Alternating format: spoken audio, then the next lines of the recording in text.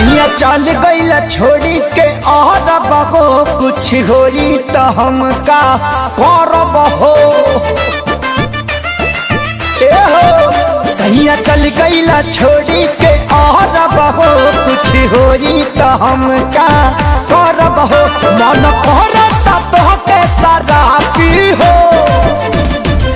तो कहियो कदी देवरबा पापी हो। मोर जवानी के फोटो कापी हो कहियो कदी देवरबा पापी हो। मोर जवानी के फोटो कापी हो।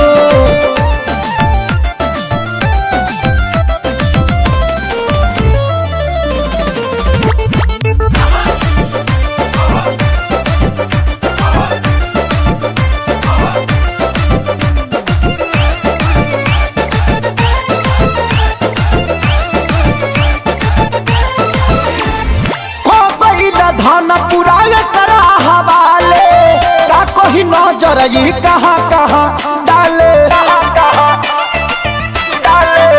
हाँ कोई धन पुराय करा हवाले का कोई नजर ये कहाँ कहाँ डाले। लाला चावे देखा के ही टाफी हो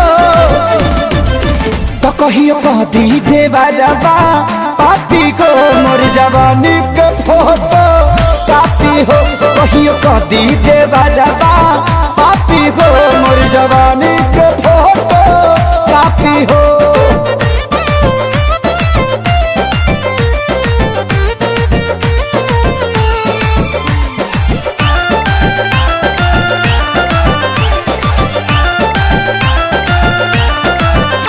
अरे पूछे आशीष कब आई हमर बारी आफत में डलल बड़े हमके खेसारी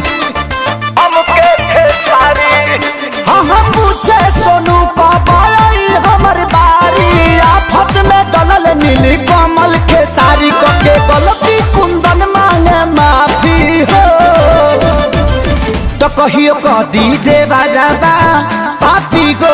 मोर जवानी के फोटो कापी हो कहियो कदी देवरबा पापी हो। मोर जवानी के फोटो कापी हो तो कहियो कदी देवरबा पापी को। मोर जवानी के फोटो कापी हो कहियो कदी देवरबा पापी हो। मोर जवानी के फोटो कापी हो।